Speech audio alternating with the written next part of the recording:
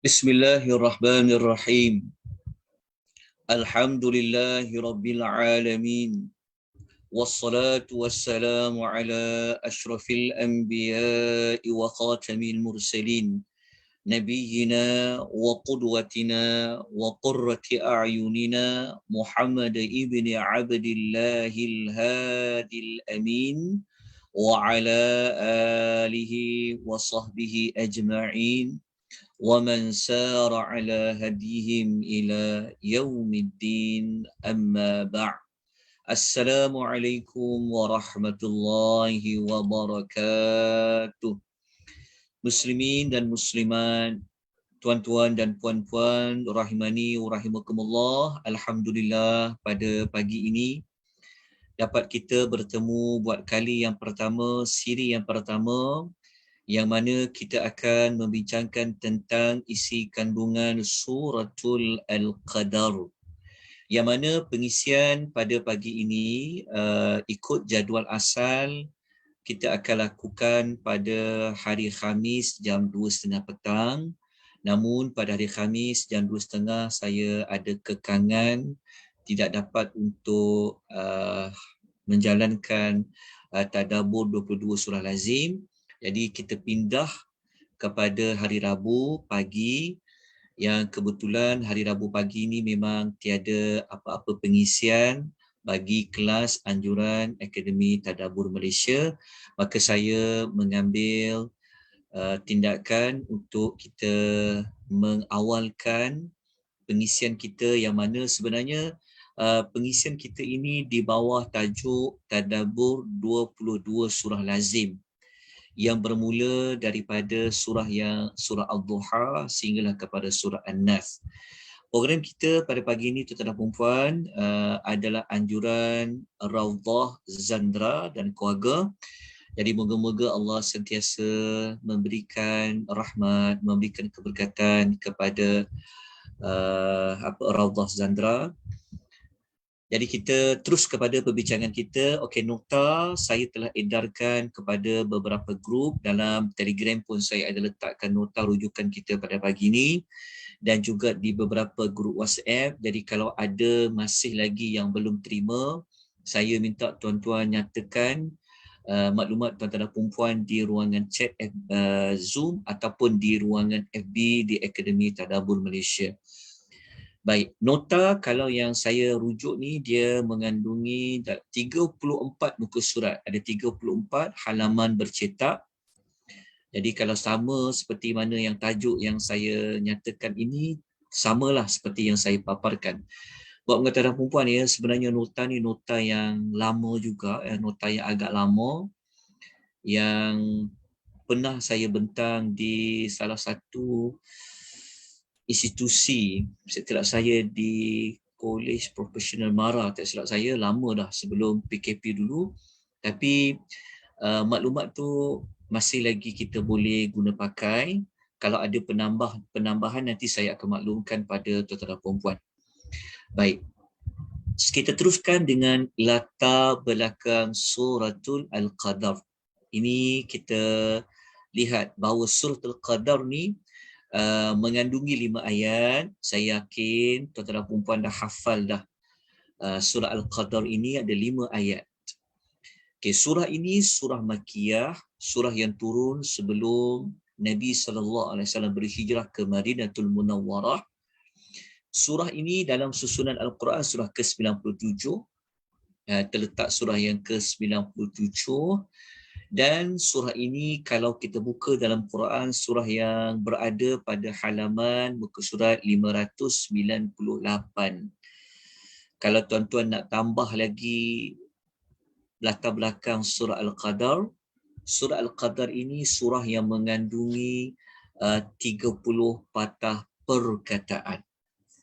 Mengandungi 30 patah perkataan yang kita akan bincangkan nanti tentang perkataan kalimah-kalimah yang terkandung dalam suratul Qadar. Okey, bab yang kedua, perkara kedua kita nak bincang tentang tema bagi suratul Qadar ataupun tujuan bagi suratul Qadar. Tidak lain dan tidak bukan, tujuan suratul Qadar ini ia berkaitan dengan keutamaan dan keagungan ataupun kemuliaan malam Al-Qadar. Jadi apabila baca suratul Qadar, surah yang Allah turunkan bertujuan untuk mengagungkan malam Al-Qadar itu. Kenapa malam Al-Quran itu diagungkan? Disebabkan dikaitkan dengan penurunan Al-Quranul Karim. Jadi tema Suratul Qadar ataupun tujuan Suratul Qadar adalah nak menjelaskan tentang keutamaan, kemuliaan dan keagungan malam Al-Qadar. Bahkan kalau kita belajar pada nama surah, bahawa Suratul Qadar ini surah yang diulang perkataan Al-Qadar itu sebanyak 3 kali. Diulang perkataan Al-Qadar itu sebanyak 3 kali. Jadi pengulangan perkataan Al-Qadar itu diulang sebanyak 3 kali itu sudah memberikan kita jawapan yang jelas bahawa 5 ayat Suratul Qadar ini menceritakan tentang malam Al-Qadar. Topik ketiga yang kita nak bincangkan dari sudut segmentasi Suratul Qadar. Kalau kita nak bincang tentang segmentasi Suratul Qadar, isi kandungan Suratul Qadar, kalau ayat yang pertama, Allah maknanya pembuka bagi Suratul Qadar ini, Allah menyebut tentang peristiwa Al-Quran diturunkan. Jadi ayat yang pertama menceritakan tentang penurunan Al-Quranul Karim. Bagaimana dia turun, dari mana ke mana, kita akan bincangkan insya-Allah pada ayat yang pertama. Tetapi bab ketiga ni, topik ketiga kita nak bincang secara umum. Dari sudut segmentasi Suratul Qadar, Allah mulakan dengan menceritakan penurunan Al-Quran. Kemudian pada ayat 2 sehinggalah ayat 5 Allah menceritakan tentang apakah itu malam Al-Qadar. Jadi kita tengok bahawa malam Al-Qadar ini diceritakan kelebihannya, peristiwanya setelah Allah mulakan dengan penurunan Al-Quranul Karim. Ini memberi erti kepada kita malam itu merupakan malam yang kita kata Al-Qadar dikaitkan dengan penurunan Al-Quran. Malam tu dia sama seperti malam-malam yang sebelum ini sebenarnya. Tetapi disebabkan turunnya Al-Quran, ada peristiwa turunnya Quran, maka malam itu diangkat menjadi malam yang sangat mulia, yang agung, dinamakan, ia diistilahkan dengan kalimah Al-Qadar. Itu dari sudut segmentasi surah. Ataupun kalau tuan-tuan nak letak dari sudut lain, pembukaan Suratul Qadar, kalau kita tengok pada ayat yang pertama, kalau kita nak bincang pembuka dengan penutup. Pembuka Suratul Qadar, Allah menceritakan tentang malam Al-Qadar. Kalau penutup Suratul Qadar, Allah nak mencerita tentang penamatan. Bila dikatakan hujungnya, akhirnya malam Al-Qadar. Boleh juga seperti itu. Kita terus kepada tajuk yang keempat. Barulah kita akan masuk kepada tadabbur daripada ayat pertama sehinggalah kepada ayat yang kelima. Jadi apabila kita bincang tentang tadabbur, kita mesti kena memasuki kepada fasa-fasa pentafsiran ayat. Maknanya kita kena ketahui terlebih dahulu tafsiran ayat. Jadi untuk memahami tafsiran ayat ini, seperti biasa insya-Allah, Tentera Perempuan akan didedahkan dengan beberapa rujukan-rujukan bagi setiap ayat. Baik. Sebelum tu, adakah tuan-tuan dan puan-puan dapat mendengar suara saya, nota yang saya paparkan ni nampak ataupun tidak. Saya tengok diam je semua orang. Okey. Boleh dengar kan suara? Nampak. Alhamdulillah, Jelas, syukur clear. pada Allah. Okey. Alhamdulillah, terima kasih atas reaksi balas tuan-tuan dan puan-puan. Okey. Jadi, jom kita mulakan pergembaraan kita. Kita masuk kepada ayat yang pertama. Okey. Kalau kita tengok terlebih dahulu pada senarai ayat telah diletakkan ya pada muka surat yang ketiga ya, pada muka surat yang ketiga kita telah letakkan senarai ayat. Okey, kalau kita perhatikan pada ayat yang pertama, kita jumpa kali pertama diulang perkataan ada perkataan Lailatul Qadar. Ada kan? Ayat pertama ada. Ayat kedua pun ada Lailatul Qadar, termasuklah ayat yang ketiga. Okey, kita mulakan dulu dengan ayat yang saya tunjukkan sedikit. Okey. Waktu kita baca ayat yang pertama, Allah sebut tentang malam Al-Qadar diturunkan Quran. Tapi dekat ayat hujung Allah sebut matla'il fajr. Matla'il fajr tu terbit fajar. Maksud dia penutup suratul Qadar iaitu terbit fajar ni membawa maksud malam Al-Qadar itu tamat. Malam Al-Qadar itu dia akan berhenti, tidak lagi dinamakan malam Al-Qadar apabila terbit fajar. Dan kita tahu terbit fajar adalah masuknya waktu subuh. Bermakna apabila terbit fajar tidak ada lagi istilah malam. Sebab tu istilah malam adalah lailatun. Lailah malam. Kemudian kita jumpa fajar. Jadi malam dia akan tamat malam tu apabila terbit fajar. Sebab apabila sebut fajar maksudnya subuh. Okey. Apabila sebut malam, di sini kita akan bincangkan tentang permulaan malam. Apabila sebut malam, dia mesti selepas maghrib. Itu dipanggil malam. Nanti kita akan bincangkan secara lebih lanjut. Maknanya berdasarkan ayat ni kita tahu Allah kata malam Al-Qadar. Allah kata malam. Allah tak kata tengah malam. Allah tak kata hujung malam. Tapi Allah kata malam. Maknanya malam dia akan tamat apabila terbit fajar. Maknanya selagi belum terbit fajar, maknanya malam Al-Qadar itu masih lagi ada. Tapi mulanya bila? Seolah-olah dekat sini ayat pertama Allah sebut mula. Mulanya malam Al-Qadar apabila dia masuk malam. Tamat dia bila? Apabila dia subuh. Ini kat sini kita dapat jawapan. Malam Al-Qadar dia bermula apabila dah masuk kepada erti malam.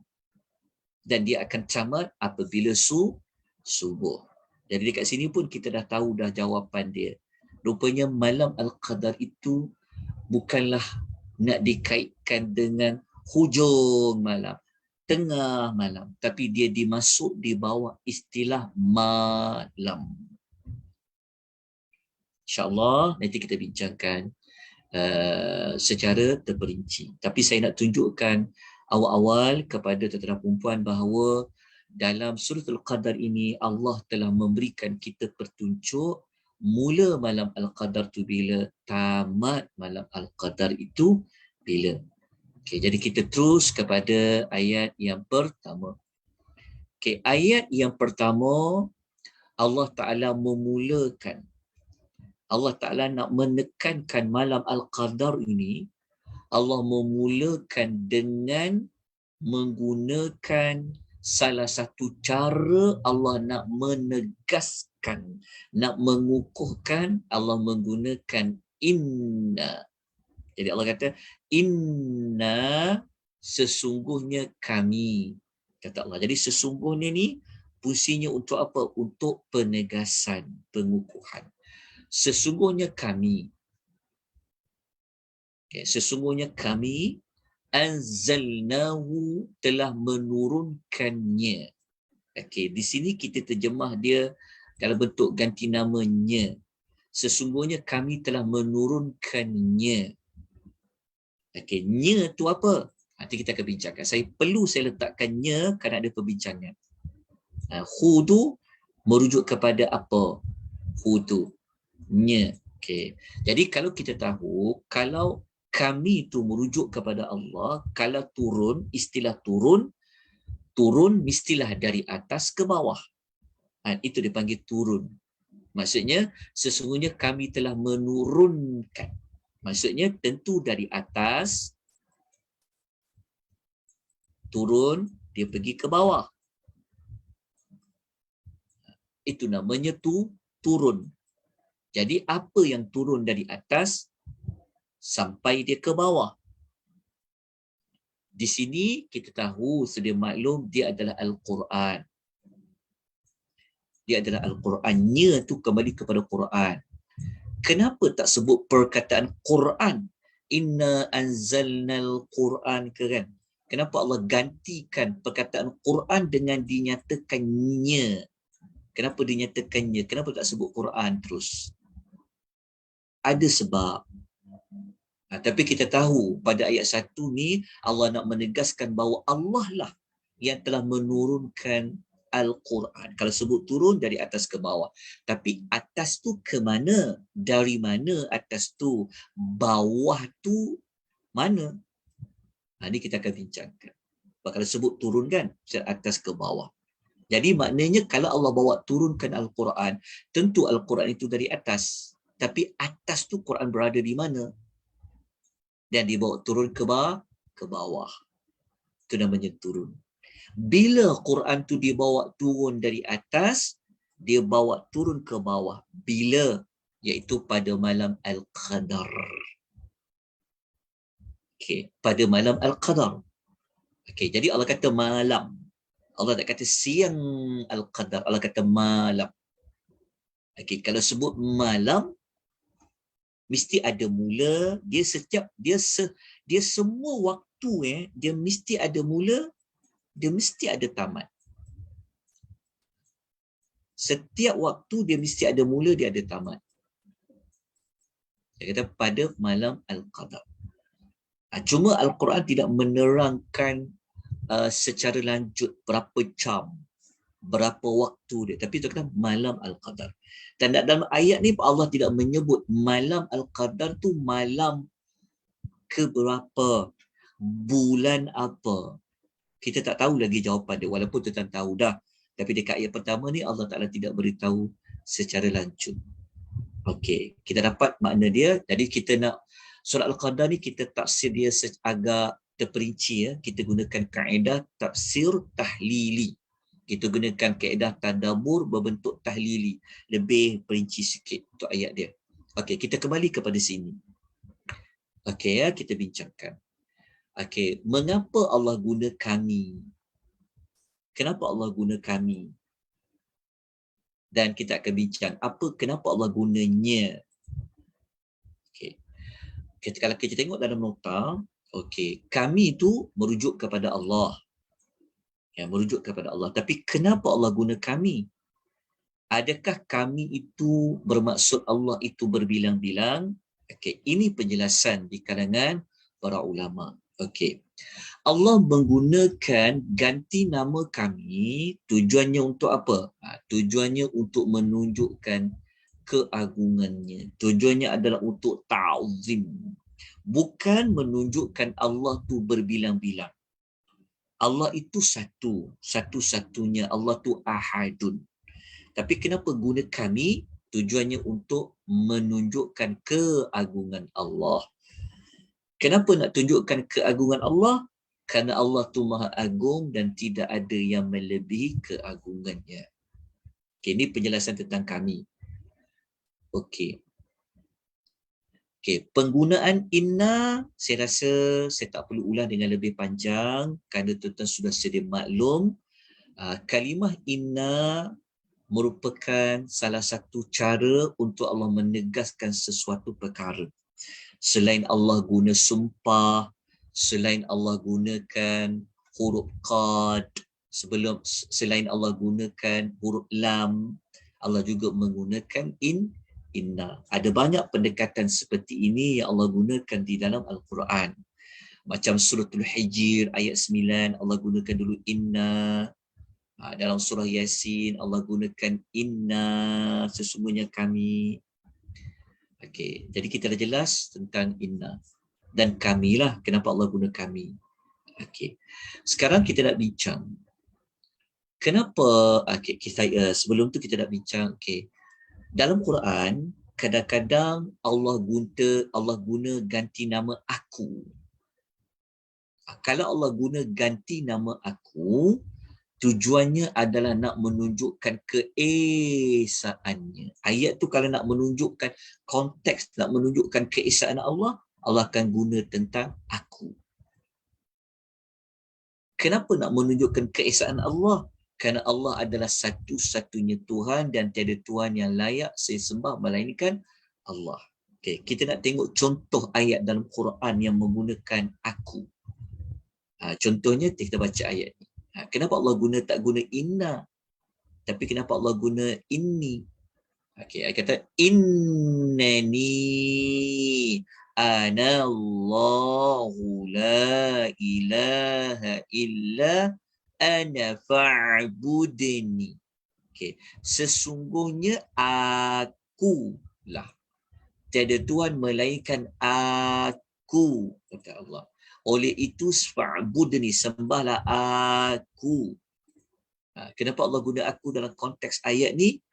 Sebab ayat ni dia menyebut tentang penyembahan dari sudut pengesaan, maka Allah gunakan lafaz aku. Jadi ini adalah perbezaan penggunaan ganti nama kami dengan penggunaan aku bagi Allah Subhanahu wa ta'ala. Sekarang kita nak bincang pula. Kenapa ayat itu Allah gunakan ganti nama hu, nya. In anzalnahu. Kan anzalnahu iaitu nya. Tapi nya kat situ kita tahu dia merujuk kepada Al-Quran. Tapi kenapa, apa hikmah Allah menyebut ganti nama Quran itu guna nya tadi? Okey, kita tengok perbincangan di kalangan para ulama. Okey, kenapa Allah gunanya? Okey, tujuan dia apa tahu? Tujuannya adalah salah satu cara Allah Ta'ala nak memuliakan Al-Quran. Salah satu cara nak memuliakan Al-Quran, Allah gunakan ganti kepada perkataan Quran digunakan kepada perkataannya. Jadi penggunaannya bertujuan untuk memuliakan Al-Quran. Jadi kalau kita lihat dalam suratul Qadar itu sendiri, ada 3 cara Allah Ta'ala memuliakan Al-Quran. Ada 3 cara yang kita boleh nampak Allah Ta'ala nak memuliakan Al-Quran. Okey, cara pertama, ini kalau tuan baca ni, ini adalah ayat bentuk panjang. Kalau dia punya ringkasan dia sebut dalam kotak ni. Ini ringkasan dia. Tapi kalau nak baca panjang ayat ni kat sinilah. Okey. Kata para ulama, cara Allah nak muliakan Al-Quran, yang pertama, Allah Ta'ala sendiri menyandarkan Al-Quran dengan dirinya. Allah menyandarkan Al-Quran itu dengan dirinya. Maksud dia apa? Kita baca. Okey. Maksud dia, Allah menyandarkan penurunan Al-Quran kepada dirinya sendiri, iaitu dengan menggunakan lafaz kami tanpa dikongsi dengan lafaz yang lain. Maksudnya Tuhan kata, kan kita katakan, Allah kata kami telah menurunkannya. Kalau sebut kami tu merujuk kepada Allah. Jadi cara nak mengagungkan Quran itu, Allah sandarkan Quran itu dengan Allah.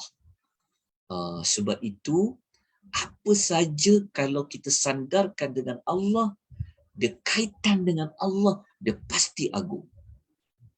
Jadi Allah kata kami telah menurunkannya, kami tu Allah. Maknanya disebut, disandarkan Quran itu dengan Allah, itu menunjukkan Allah nak memuliakan Al-Quran. Mulianya Al-Quran itu disandarkan dengan Allah. Yang kedua, mulianya Al-Quran ni sebenarnya dari sudut kemasyhuran. Al-Quran ni mulia dia sudah masyhur. Macam mana kita boleh kata Quran ni sudah masyhur? Kerana perkataan Al-Quran tak perlu lagi kita sebut Quran itu. Tetapi cukup dengan ganti kepadanya. Tengok penjelasan kedua. Dalam ayat ini hanya ganti nama digunakan, iaitu lafaznya, tanpa menyebutkan lafaz Al-Quran. Tak ada perkataan Al-Quran dekat situ. Ada tapi perkataannya. Kenapa? Sebagai satu bukti kepada kemasyhuran Al-Quran tanpa perlu disebut dengan Al-Quran. Kita bincang, kenapa Allah sebut Al-Quran ni dengan kami telah menurunkannya. Jadi semua orang tahu, kalau Allah bawa turun, nya tu merujuk kepada Al-Quran. Maknanya tak payah sebut perkataan Quran tu. Sudah diketahui apa yang dia bawa turun oleh Allah. Sebab tu dia tak letak Quran, dia letaknya. Nak apa? Sebenarnya tujuannya nak memuliakan Al-Quran. Sehingga punyalah orang fahamnya tu kan merujuk kepada Al-Quran. Okay, itu penerangan yang kedua. Okay. Penerangan yang ketiga, cara Allah memuliakan Al-Quran ini, dia diturunkan pada waktu yang paling mulia. Ini kita tahu pada ayat yang pertama. Ini semua ayat pertama lah ni. Tiga-tiga isi ni semua pada ayat yang pertama. Tetapi pada ayat pertama tu sebenarnya sudah ada maklumat ni.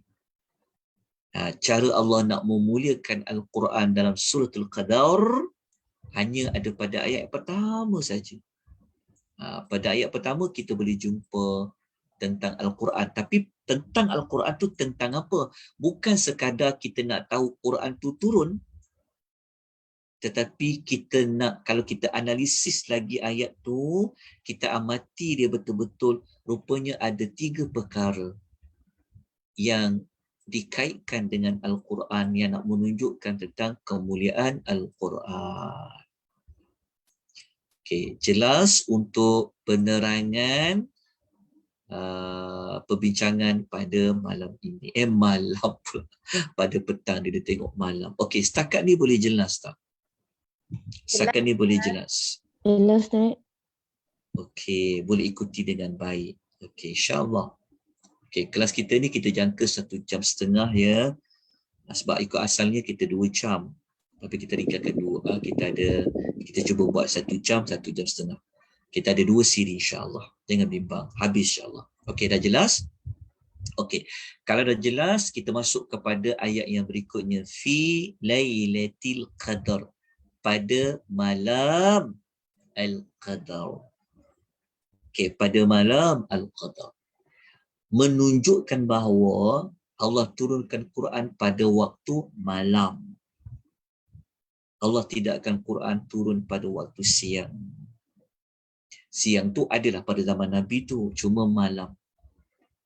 Ini menunjukkan bahawa besarnya waktu malam ini dikaitkan dengan Al-Quran. Okey, sebab itu mari kita lihat tentang kelebihan waktu malam. Malam ni dia ada kelebihan dia sendiri. Antaranya apa? Kita tahu kan kelebihan waktu malam ni memang Quran tu diturunkan pada waktu malam lah. Itu jawapan dia. Kan? Jadi Allah turunkan pada malam Al-Qadar. Kenapa memilih malam, tidak memilih siang? Kerana malam ni dia istimewa. Oleh kerana itulah ibadat pada waktu malam ni dia berbeza dengan waktu siang. Antaranya apa? Waktu malam ni ibadat yang kita buat dia memberi kesan kepada jiwa kita. Kita boleh rujuk surah Al-Muzzammil ayat 6 hingga 7. Ini ada ayat dia. Ayat dia berbunyi apa? A'udzubillahi minasyaitonirrajim. Inna nashi'atal laili hiya ashaddu wata'an wa aqwamu qila. Beribadah pada malam itu lebih kuat kesannya dan lebih tepat bacaannya. Ini kita sudah maklum tentang antara waktu yang paling bagus untuk membaca Al-Quran adalah pada waktu malam. Kerana Al-Quran diturunkan pada waktu malam. Tambah-tambah lagi jika dibaca ketika menunaikan salat malam. Sebab memang Quran tu turun awal-awal pada waktu malam. Jadi dia sangat mudah terkesan apabila Quran itu dibaca waktu malam. Bukan pada bacaan sajalah, termasuklah pada ibadat solat. Okey, waktu malam ni berlakunya Isra' Mi'raj. Waktu malam ni ada doa-doa yang sangat mustajab. Yang ni siapa-siapa yang mengikuti tajuk doa-doa mustajab, dia akan mengetahui pada waktu malam tu ada ruang-ruang doa yang mustajab. Okey. Sekarang saya nak kita bawa kepada perbincangan Allah bawa turun Al-Quran pada malam Al-Qadar tu, turun tu dari atas ke bawah kan? Dari atas tu dari mana? Bawah tu mana? Okay, kita tinggalkan dulu maklumat ni, kita pergi kepada buku surat nombor 9. Kita nak bincangkan Al-Quran yang turun pada malam Al-Qadar tu, apa yang turun? Maksudnya dari mana ke mana? Okey. Mari kita lihat di sini. Tengok jawapan ni ya. Okey. Okey. Tadi kita kata turun kan? Turun mesti daripada atas. Atas tu sebenarnya di sini. Kalau sebut dari atas, sebenarnya pada malam Al-Qadar itu Allah bawa turun dari Lauh Mahfuz. Lauh Mahfuz lah yang paling atas sekali. Atas, maknanya Quran itu berada di Lauh Mahfuz. Jadi pada malam Al-Qadar tu Allah bawa turun. Daripada Lauh Mahfuz, Allah bawa dia turun. Turun itu kat mana? Kat sini dia turun. Turun di sini merujuk kepada turun di Baitul Izzah. Baitul Izzah ni maksudnya langit dunia. Langit dunia. As-sama'id dunia. Ni langit dunia. Okey. Boleh faham tak yang dikatakan Allah, kami telah menurunkannya Al-Quran pada waktu malam tu, maksudnya adalah Allah menurunkan sekaligus. Faham ya? Sekaligus pada malam Al-Qadar itu, dari asal tempatnya di Lauh Mahfuz, dibawa turun sekaligus di langit dunia. Okay. Nak tahu lebih lanjut, betul ke Al-Quran itu mula-mula dia berada dekat Lauh Mahfuz? Maka kita kena rujuk Suratul Buruj. Ayat 21 dan 22, kita akan tahu Al-Quran itu asalnya dia berada di Lauh Mahfuz. Okay, kita kena buka ayat ni. Kena buka ayat nombor 21 dan 22 dalam Suratul Buruj. Okay, saya tunjukkan pada tuan perempuan bukti dia. Okey, kejap. Kita tengok surah Al-Buruj. Kita nampak tak saya bentangkan sekarang legasi Quran ni? Nampak Ustaz. Alright. Kita buka suratul Buruj, surah nombor 85. Kita tengok ayat nombor berapa tadi saya kata? 21, 22. Okey, tengok ya. Kita baca ke. Saya paparkan surah Buruj sekarang. Okey, kita nak bincangkan turun tu bisa di atas kan? Dari atas tu dari mana? Okey, kita kena baca ayat 21. Tengok Allah kata apa? A'udzu billahi minasyaitonir rajim. Bal huwa Qur'anun Majid. Ayat 21 suratul Buruj, Allah mengatakan bahkan ialah Al-Quran yang tertinggi kemuliaannya. Allah sebut tentang Quran kan? Quran itu yang mulia. Okey, Quran itu kenapa? Ayat 22 Allah kata, ayat akhir sekali suratul Buruj. Fi lawhim mahfuz. Fi lawhim mahfuz. Yang Quran itu berada di lauh mahfuz. Quran yang mulia ni, Quranul Majid, Quran yang mulia ini dia sebenarnya berada di lauh mahfuz. Cuba tak kata lauh mahfuz. Okey, tak jelas. Okey. Jadi kita patah balik kepada nota tadi. Okey.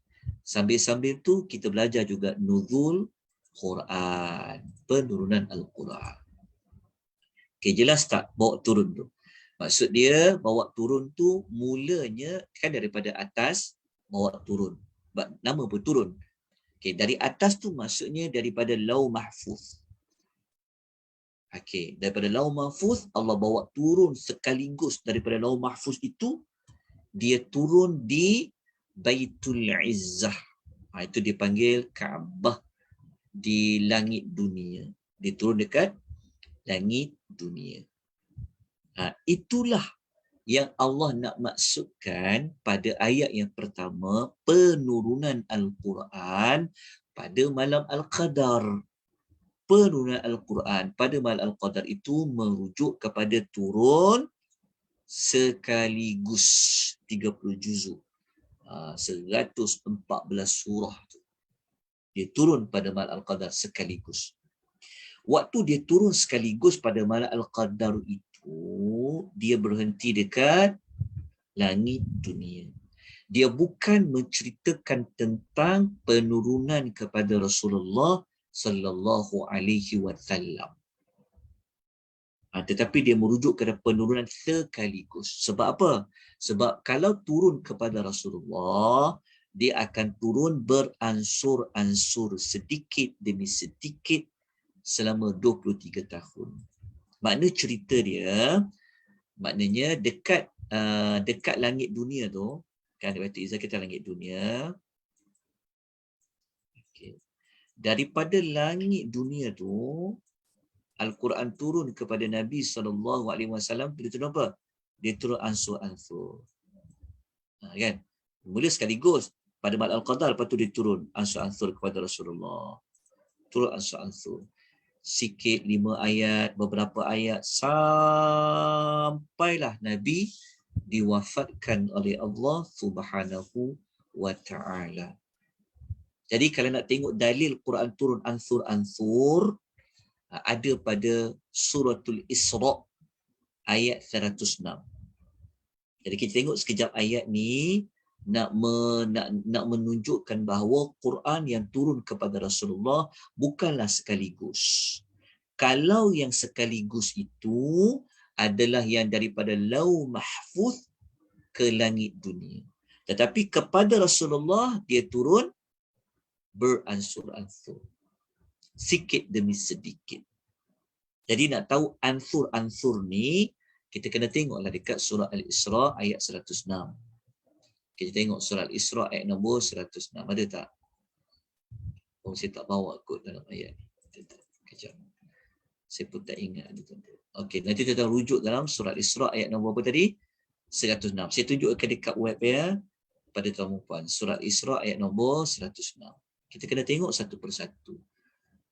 Betul ke apa yang disampaikan. Kita kena semak tahu apa yang saya kata, takut nanti saya tersalah. Sebab saya selalu tersalah. Jadi kena tengok. Okey, tengok. Ayat nombor apa tadi? 106 Kita tengok Quran tu Al-Ansur. 106. Saya. Okey, muka surat berapa dalam Quran ayat 106? Okey, kita tengok. Ni, cuba tak ayat yang saya bentangkan. Okey, Allah kata, wa Qur'anan farraqnahu. Allah kata, dan Al-Quran itu kami bahagi-bahagikan supaya engkau membacanya kepada manusia dalam keadaan yang tenang.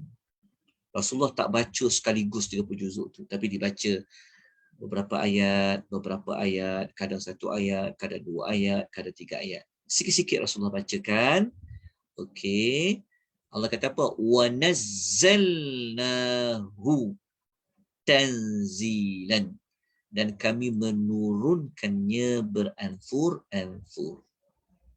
Yang menurun beransur-ansur ni maknanya daripada langit dunia itu turun kepada Nabi beransur-ansur. Tetapi kalau dari Lauh Mahfuz ke langit dunia dia turun sekaligus. Itulah yang berlaku pada malam Al-Qadar. Dia turun sekaligus. Okey, kalau tuan-tuan baca ulasan Ibnu Katsir. Tengok Ibnu Katsir kata apa? Ibnu Katsir mengatakan bahawasanya, dia kata suhuf ni macam helaian-helaian ya, kitab-kitab dulu seperti suhuf Ibrahim ke suhuf Musa, kitab Taurat, kitab Zabur, kitab Injil, Allah turunkan kepada nabinya satu kitab sekaligus. Tetapi Al-Quran Allah turun juga sekaligus. Tetapi bukan sekaligus kepada Rasulullah. Sekaligus itu bermaksud daripada Lauh Mahfuz ke Baitul Izzah di langit dunia. Okey. Ibnu Katsir kata turun yang sekaligus daripada Lauh Mahfuz ke langit dunia itu berlaku pada bulan Ramadan pada malam Al-Qadar. Ayat 1 tadi kita baca, kita tak jumpa bulan Al-Qadar. Betul tak? Tak ada pun sebut bulan Al-Qadar. Tetapi kalau kita rujuk dalam surah Al-Baqarah ayat 185, kita akan jumpa Allah menyebut penurunan Al-Quran. Allah kata syahru Ramadhan alladhi unzila fihi al-Quran. Bulan Ramadan yang padanya diturunkan Al-Quran. Di sini sebut jelas-jelas tentang Al-Quran. Diturunkan pada bulan Ramadan. Jadi kalau kita gabungkan antara ayat pertama surah Al-Qadar dengan ayat 185 dalam suratul Baqarah, kita akan dapat maklumat bahawasanya penurunan Al-Quran dalam ayat pertama suratul Qadar itu, pada malam Al-Qadar itu, rupa-rupanya ia diturunkan pada bulan Ramadan. Maknanya pada bulan Ramadan ada satu malam, malam tu malam Al-Qadar. Malam Al-Qadar itu berada pada bulan Ramadan. Pada malam itulah berlakunya penurunan Al-Quran sekaligus daripada Lauh Mahfuz ke langit dunia. Okey, jadi kita dapat dah maklumat bahawa malam Al-Qadar ia adalah pada bulan Ramadan. Tetapi malam yang keberapa itu insya-Allah kita akan bincangkan kemudian. Okey, jelas. Okey, ada pertanyaan? Ustaz, boleh tak Ustaz jelaskan Lauh Mahfuz tu kedudukannya di mana? Dan Di juga langit kalau dunia. langit Lauh Mahfuz. Lauh Mahfuz tak? Lauh Mahfuz dia berada pada langit yang atas sekali. Sekejap. Sekejap ya. Izinkan saya memaparkan nota sekejap. Sekejap. Saya mencari nota tentang lauh mahfuz ya.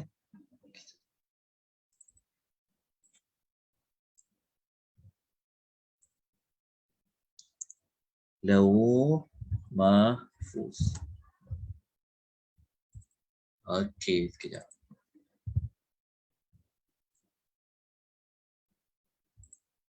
Okey. Saya jawab soalan yang tanya tadi tu. Okey, nampak tak saya bentang tajuk lauh mahfuz sekarang? Nampak tak? Nampak Ustaz. Okey. Lauh mahfuz, okey. Dia ada banyak nama lain. Okay, ni ayat kita paparkan tadi. Cuma ayat ni dia hilang pula. Allahumma salli wa sallim ala nabiyina Muhammad. Kenapa ayat Quran tu hilang? Allahumma salli wa sallim ala nabiyina Muhammad. Dia tak nampak. Okey, maafkan saya tuan-tuan. Okey, lauh mahfuz ni apa? Okey, begini. Ini adalah pentafsiran para ulama tafsir ya. Lauh mahfuz tu apa? Okey, kata Imam Sa'di.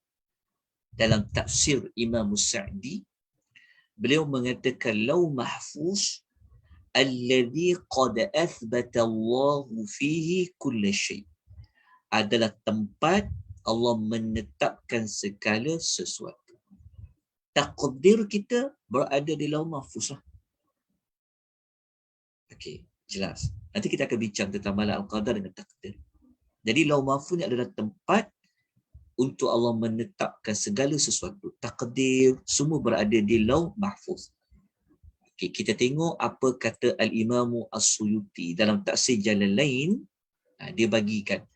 Ini pendapatnya daripada para ulama tafsir. Seperti mana dalam Tafsir Al-Jalalain mengatakan, lauh mahfuz ini, dia kata, huwa fil hawa'i fawqa as-sama'i sabi'ah.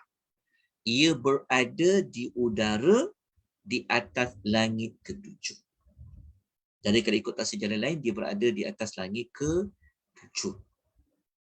Kenapa namanya mahfuz? Mahfuz tu maksudnya terpelihara. Terpelihara tu maksudnya minasyayatin wa min taghyiri syai'in minhu. Okey, ia terlindung daripada syaitan, daripada sebarang perubahan. Tu maksudnya mahfuz. Lauh adalah tempat tercatatnya semua ketetapan Allah. Kenapa dia mahfuz? Mahfuz maksudnya apa yang telah Allah tetapkan berada di lauh tu, dia seolah-olahnya dia macam papan putih lah. Contoh. Okey. Maka kat situ tertulis segala-galanya. Okey, itu namanya lauh. Okey. Jadi lauh itu namanya mahfuz, maknanya apa yang telah Allah tetapkan dia tertulis di lauh mahfuz tu, ketetapan Tuhan tu tak ada siapa boleh ubah. Tentunya tak ada orang boleh padam, tukar dengan maklumat lain ke. Termasuklah syaitan ni, dia tak boleh tahu tentang takdir tu. Kan? Sebab tu syaitan, dia boleh curi dengar apa wahyu yang Allah nak sampaikan kepada malaikat. Tapi Allah lindung maklumat yang ada dekat lauh tu daripada syaitan. Dan Allah lindung daripada perubahan dia. Contohnya takdir. Kan, dia tulis. Tiba-tiba ada orang boleh ubah dia. Tukar tarikh lagi. Itu tak. Itu maksudnya, itu namanya mahfuz. Okey, kalau ikut tafsir Jalalain mengatakan panjang lauh tu antara langit dan bumi. Lebarnya antara jarak timur dan barat. Kalau mengikut kata Ibnu Abbas, ia daripada permata putih. Wallahu ta'ala alam. Kita tak boleh kata bentuknya wallahu alam. Tapi ia tempat Allah menetapkan segala sesuatu di lauh mahfuz. Mahfuz tu maksudnya terpelihara. Betul, kalau tuan-tuan nak tahu itu lauh tu apa lauh, tuan-tuan kena rujuk apabila Allah memberikan lauh kepada Nabi Musa dapat kitab Taurat kan. Dia telah tertulis di alwah, di lauh-lauh yang Nabi Musa dapat. Sebab tu Nabi Musa dia dapat kitab yang siap tertulis. Dia sudah siap tertulis. Kalau macam Nabi SAW dapat Quran, Nabi dengar daripada Jibril, Nabi hafal, lepas tu Nabi sampai penulis para sahabat yang tulis. Tulis di papan di papan di kertas-kertas, di kulit-kulit kayu, di tulang-tulang contoh. Tapi kalau kitab-kitab dulu macam Nabi Musa dapat kitab Taurat, dia sudah tertulis siap-siap di alwah, di lauh kat situ. Jadi itulah perkataan lauh. Jadi wallahu taala alam, saya tidak dapat menyebutkan secara detail lauh itu berada di mana. Tapi kalau rujuk pada pentafsiran Al-Imamu dalam tafsir Jalalain mengatakan di langit atas pada langit yang ke-7. Okey, ada yang bertanya dekat chat ni, kedudukan langit dunia itu di mana? Langit dunia. Langit dunia tu langit apa? Langit dunia ni, tuan-tuan dan puan, dia adalah langit yang paling dekat dengan kita. Itu dipanggil langit dunia. Kalau nak tahu lebih lanjut langit dunia ni, istilah langit dunia, kita tengok sekejap dekat dalam suratul Mulk. Kita tengok dalam suratul Mulk. Kita tengok surah nombor 67. Malam ni ikut kelas selepas Isyak kita tadabbur suratul Mulk di akhir. Okey. Cuba tengok saya paparkan suratul Mulk. Nampak tak? Saya paparkan suratul Mulk. Nampak kan? Okey. Okey, cuba tengok ayat nombor 5. Perkataan langit dunia. Perkataan langit dunia Allah yang gunakan. Okey, kalau kita tengok dekat suratul Mulk, kan Allah mengatakan walaqad zayyana as-samaa'a ad-dunya. Kita jumpa dekat sini perkataan as-samaa'a ad-dunya. Dia panggil sama ad-dunya ni maksudnya apa? Maksudnya langit dunia. Maksudnya langit yang dekat pada penglihatan penduduk bumi. Itulah dipanggil langit dunia. Jadi dekat langit dunia inilah turunnya tepat parking. Tepat turunnya sekaligus Al-Quran dari Lauh Mahfuz.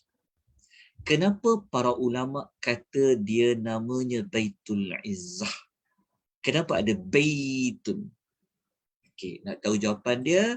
Okey, saya tunjukkan tuan-tuan surah At-Tur. Okey, kita jawab soalan dulu. Okey, kita tengok surah Tur. Saya buka surah nombor 52. Okey. Kenapa guna istilah Baitul? Rumah Izzah, keagungan. Kenapa? Okey, langit dunia kita terima dia sebab memang ada dalam suratul Mulk, betul tak? Ayat nombor 5 tadi. Tapi istilah Baitul Izzah. Okey. Kenapa para ulama guna istilah Baitul, rumah Izzah, keagungan? Kerana saya paparkan surah At-Tur. Okey. Kita lihat ya. Okey, cuba lihat ayat nombor 4. Cuba lihat ayat nombor 4.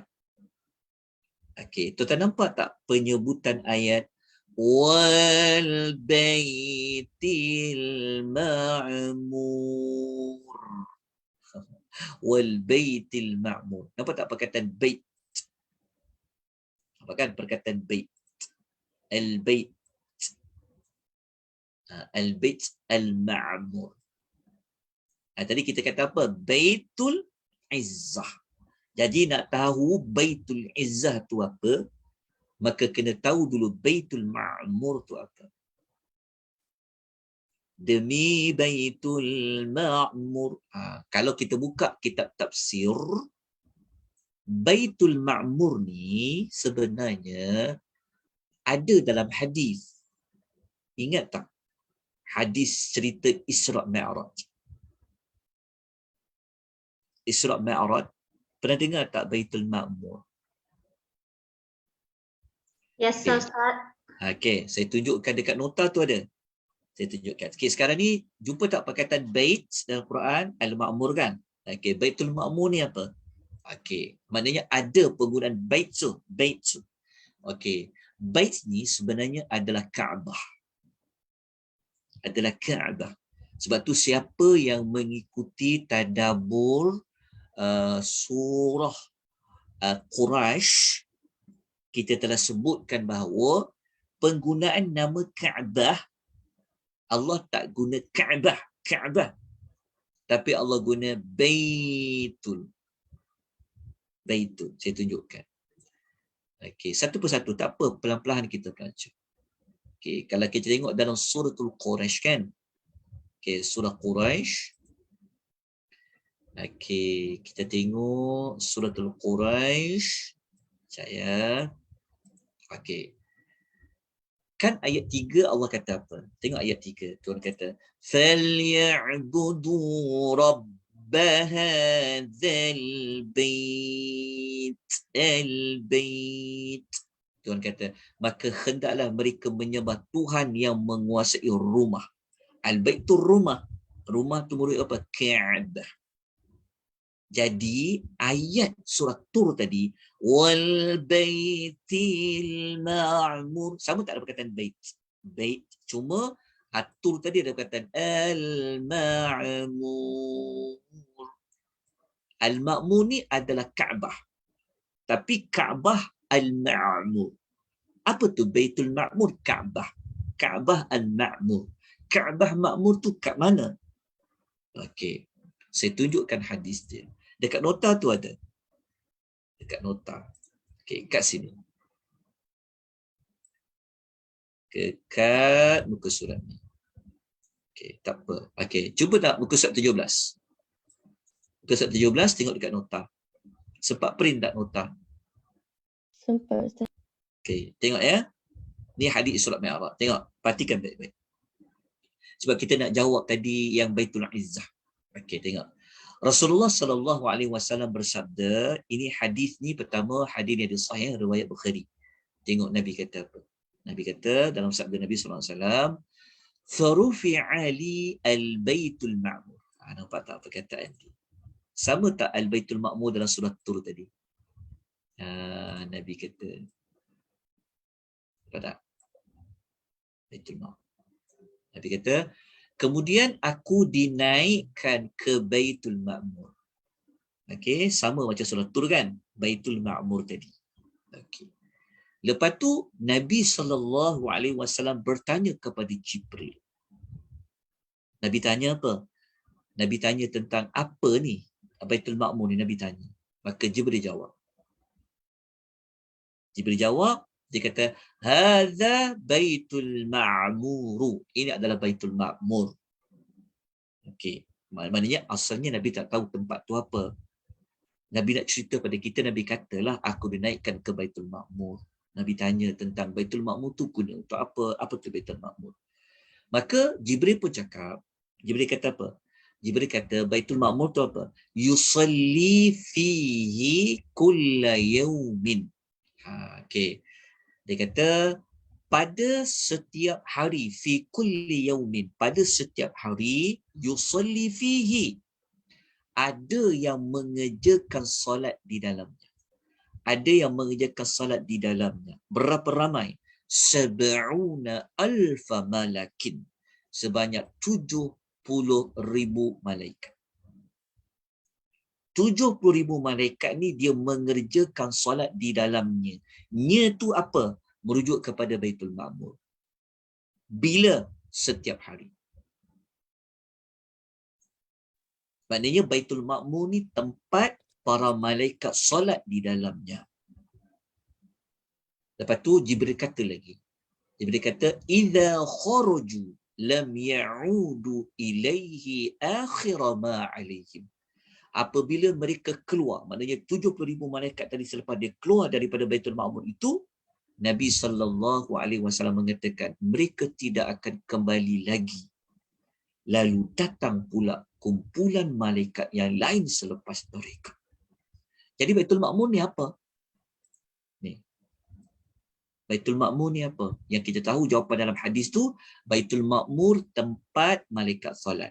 Yusallina fihi. Baitul Ma'mur tempat solat. Tempat solat tu apa? Itu yang Al-Imam Ibn Kathir kata, Baitul Ma'mur ni ini adalah Kaabah. Kenapa kita kata Kaabah? Ingat tak tadi dalam suratul Quraisy, perkataan Kaabah kadang-kadang Allah guna nama Al-Baitu, rumah.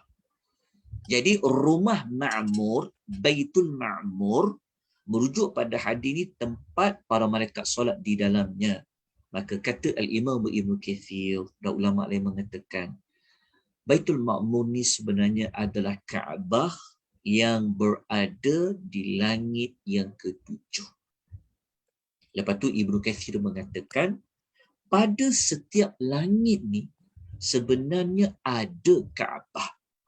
Langit 6 ada Kaabah, langit 7, langit 5 ada Kaabah, dan langit dunia. Ingat, langit dunia itu langit pertama yang paling dekat yang kita nampak tu, itulah langit dunia. Dekat langit dunia itu yang kita kata turunnya Quran dekat Baitul Izzah, maknanya dekat langit dunia itu dia ada Kaabah. Itu kalau ikut ulasan Ibnu Katsir. Yang terang-terang jelas sebut adanya Kaabah di langit itu, langit ketujuh itu ada dalam hadis yang kita rujuk ni. Cuma hadis ni tidak sebutlah perkataan Kaabah tu, tapi dapat dilihat pada ayat mereka solat di dalamnya.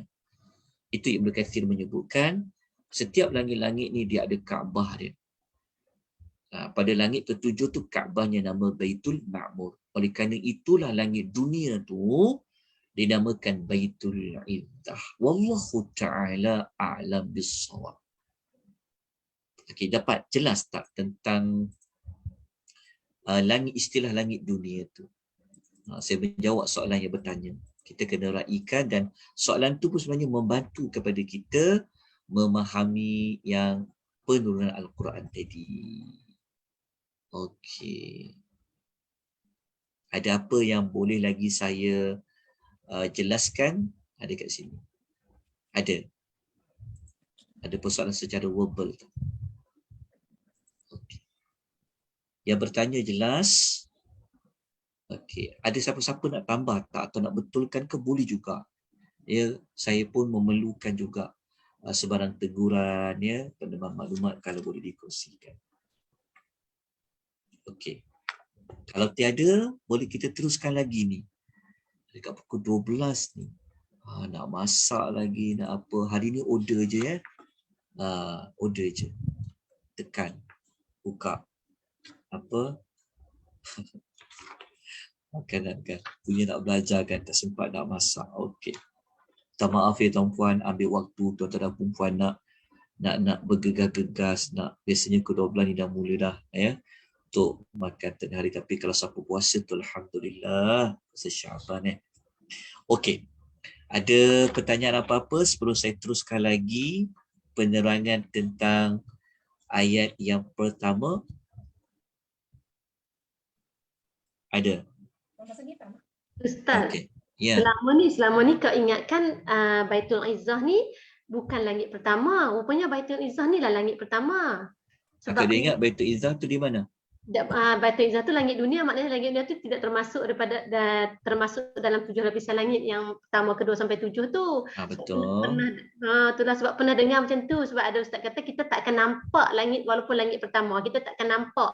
Jadi ingat tak ada lah, ingatkan bukan dia lah. Maksud dia kita tak boleh nampak langit pertama tu.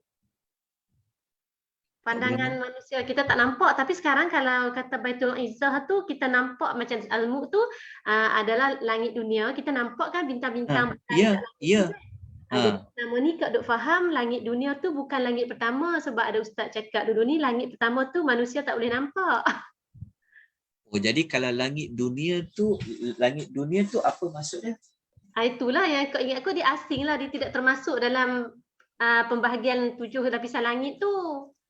Langit dunia tu salah faham lah selama ni. Alhamdulillah hari ni. Apa juga tu, tak apa maklumat tu takut saya tersalah.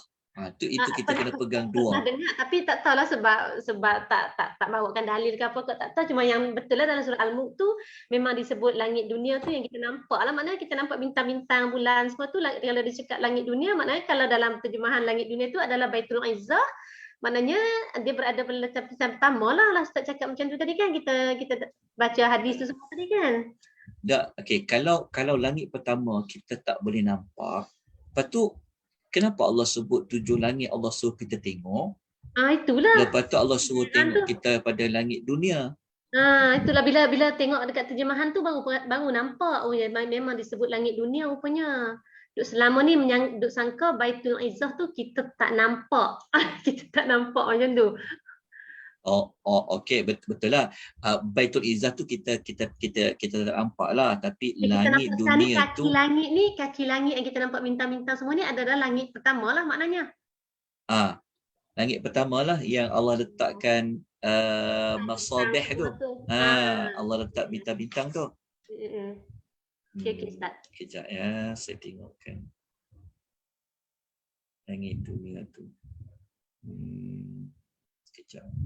Cuma okay, nanti kita takkidkan balik tu ya. Adakah langit dunia tu langit yang lain? Tapi setakat yang saya tahu, langit dunia tu maksudnya langit yang paling dekat dah dengan kita. Cuma Baitul Izzah tu kita memang tak tahulah mana kedudukan dia sebenar, tapi dibincangkan oleh para ulama dia berada pada langit dunia. Wallahu ta'ala a'lam. Langit dunia tu langit dunia tu maksudnya langit paling dekat lah. Itu istilah dia. Okey, ada tak? Cuba tengoklah kita tafsir. Langit dunia dekat ilmu tu merujuk kepada apa? Kalau ada, bantu sebelum kita teruskan lagi perbincangan kita. Okey. Lagi ada apa-apa pertanyaan? Mungkin tanya tu boleh membetulkan kesalahan saya ya tuan-puan ya. Tidak semestinya saya beritahu ni betul ya. Jadi kalau tuan dapat tu boleh bantu juga. Okey, sekejap saya tengok dalam satu pentafsiran langit dunia tu apa dia. Okey. Ya, kalau kita baca dekat sini dalam tafsir sama dunia adalah allati tarawnaha. Kat langit yang paling langit kita nampak dan langit paling dekat lah. Allahu a'lam. Okey. Lagi soalan sebelum kita lanjutkan lagi perbincangan kita yang berikutnya. Okey, jadi ayat pertama ni jelas lah. Ada perlu nak terangkan apa-apa lagi pada ayat yang pertama? Inna anzalnahu fi lailatul qadar. Okey. Sebelum kita nak teruskan,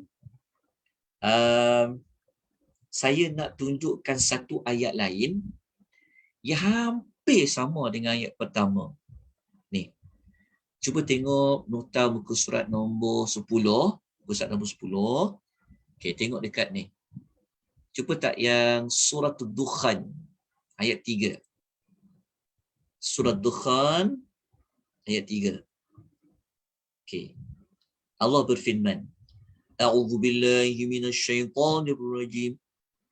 Inna anzalnahu fi lailatil. Jangan kita baca Lailatul Qadar pula. Ada bersamaan tak? Bezanya kat mana ayat ni? Ni.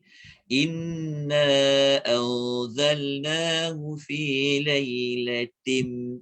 Jadi beza kat sini. Dia ada perkataan mubarakatin.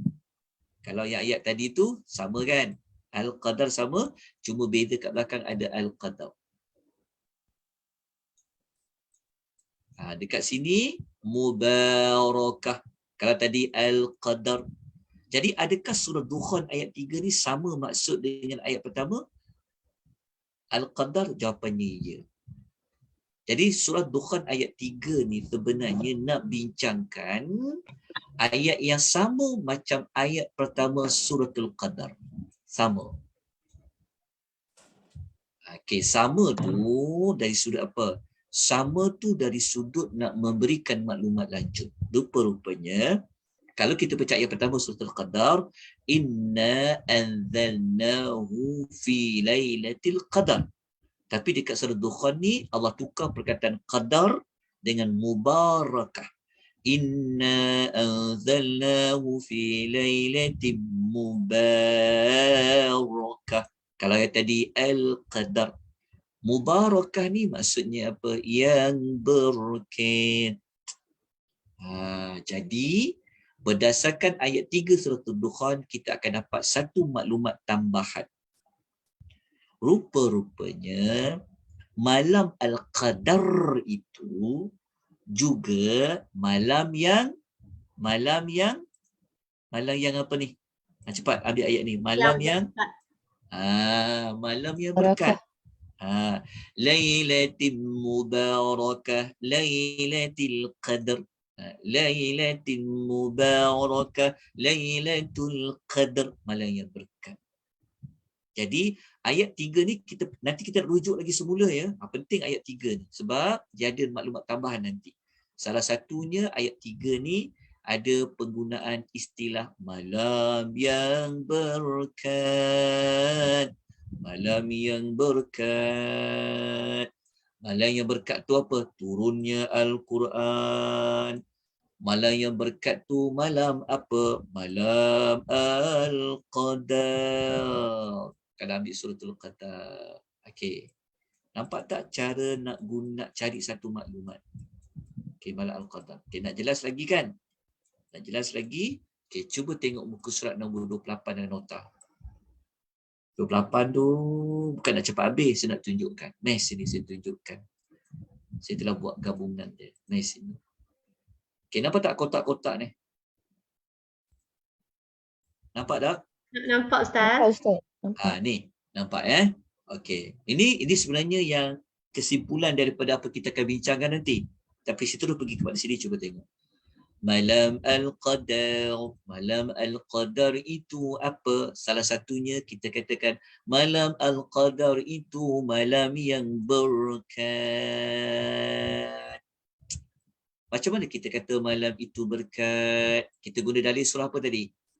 Surah nombor 44 ayat nombor 3. Dekat sini. Nanti kita akan bincang. Malam Al-Qadar tu malam apa? Malam Al-Qadar malam yang berkat. Ini kita akan gabungkan. Nanti kita akan bincang. Malam yang berkat. Guna surah Ad-Dukhan ayat nombor 3 tadi. Okey, jelas? Kalau dah jelas, okey, kita pergi kepada ayat nombor 2. Yang lain-lain nota tu kita boleh baca lah. Nanti kita kalau ada pertanyaan nanti tolong tanya. Okey, kita pergi ayat nombor 2. Boleh? Tuan-tuan dan puan, kita lanjutkan lagi. Okey, alhamdulillah, syukur pada Allah. Okey, dah jelas ayat pertama. Mari kita pergi pada ayat yang kedua. Nanti saya bagi nota tambahan untuk malam Al-Qadar. Saya bagi nota dalam bentuk PowerPoint insya-Allah. Okey. Jadi kita terus kepada ayat yang kedua. Ayat yang kedua tadi bunyinya apa? Ayat yang kedua berbunyi, dia ada bentuk pertanyaan. Wa ma adraka وَمَا أَدْرَاكَ مَا لَيْلَةُ الْقَدْرِ. Ini ri ya, bukan ru tu. Saya terambil tu. Saya terbawa baris dia. Okey, ni ayat dia. وَمَا أَدْرَاكَ مَا لَيْلَةُ الْقَدْرِ. Kejap. Saya nombor berapa tadi? Muka surat berapa tadi? Ke-8 Okey, kita ambil ayat nombor 2. Okey. Yang ru ni salah ya, tolong padamkan. Salah tu, bukan ru tu kat sini ya, dia ri. Okey. Soalan dia bentuk soalan. Wa ma adraka, dan apakah engkau dapat mengetahui?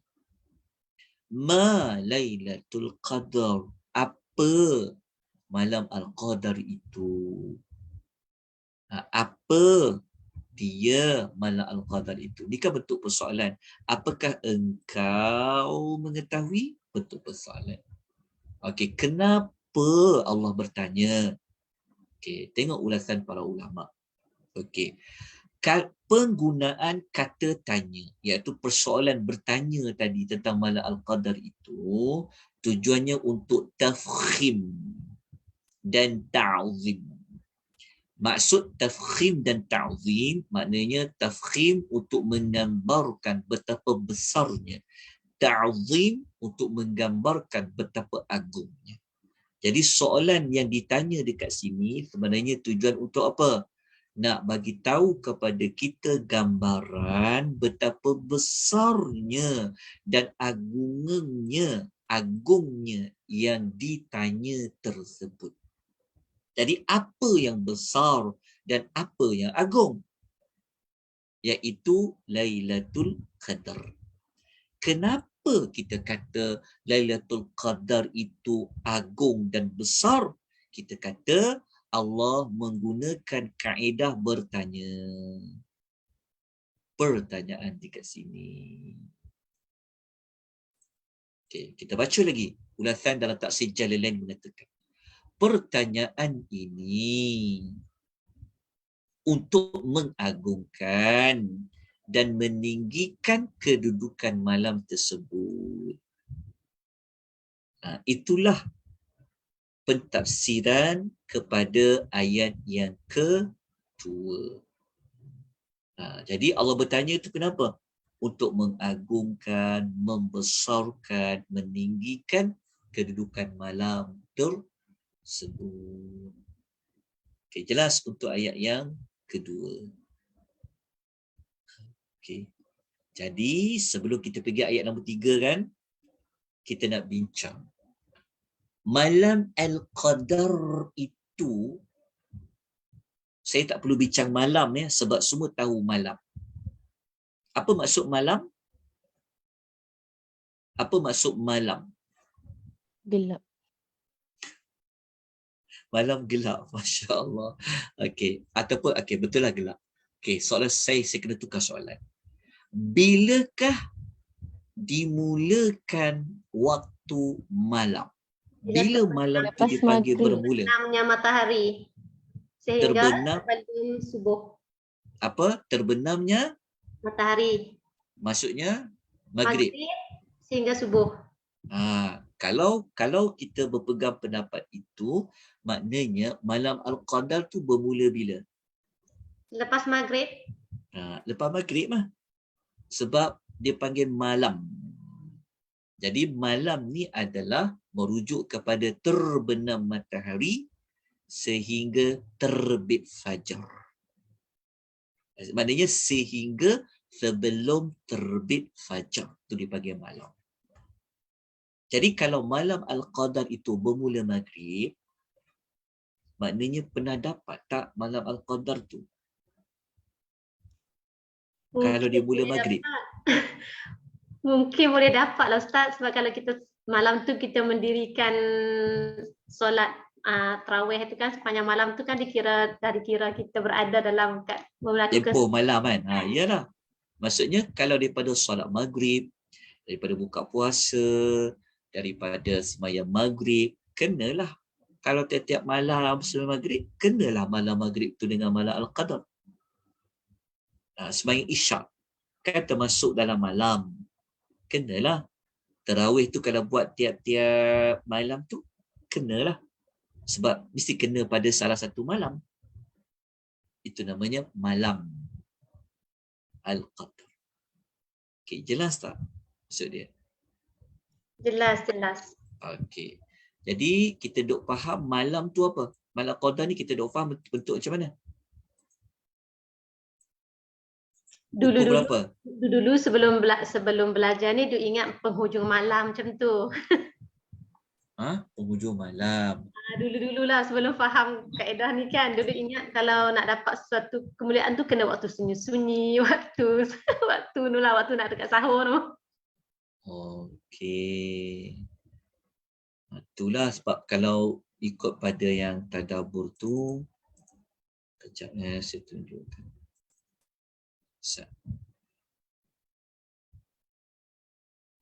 Okey.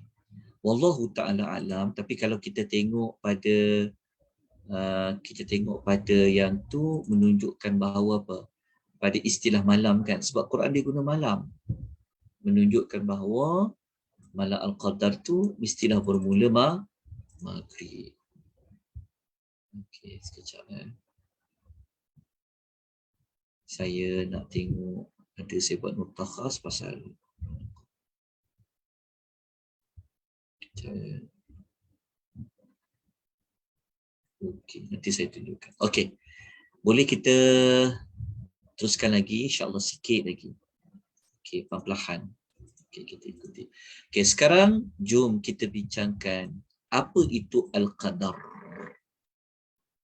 Apa pengertian al-qadar? Malam kita tahu, tapi kita nak bincangkan lagi. Orang kata malam al-qadar. Apa tu malam al-qadar? Lailatul Qadar lah Ustaz. Okey, Lailatul Qadar tu apa? Malam al-qadar. Okey, malam al-qadar tu apa? Lailatul Qadar. Pusing-pusing tentulah. Okey, tapi tak apa. Okey, setakat tu je kita tahu, tak apa.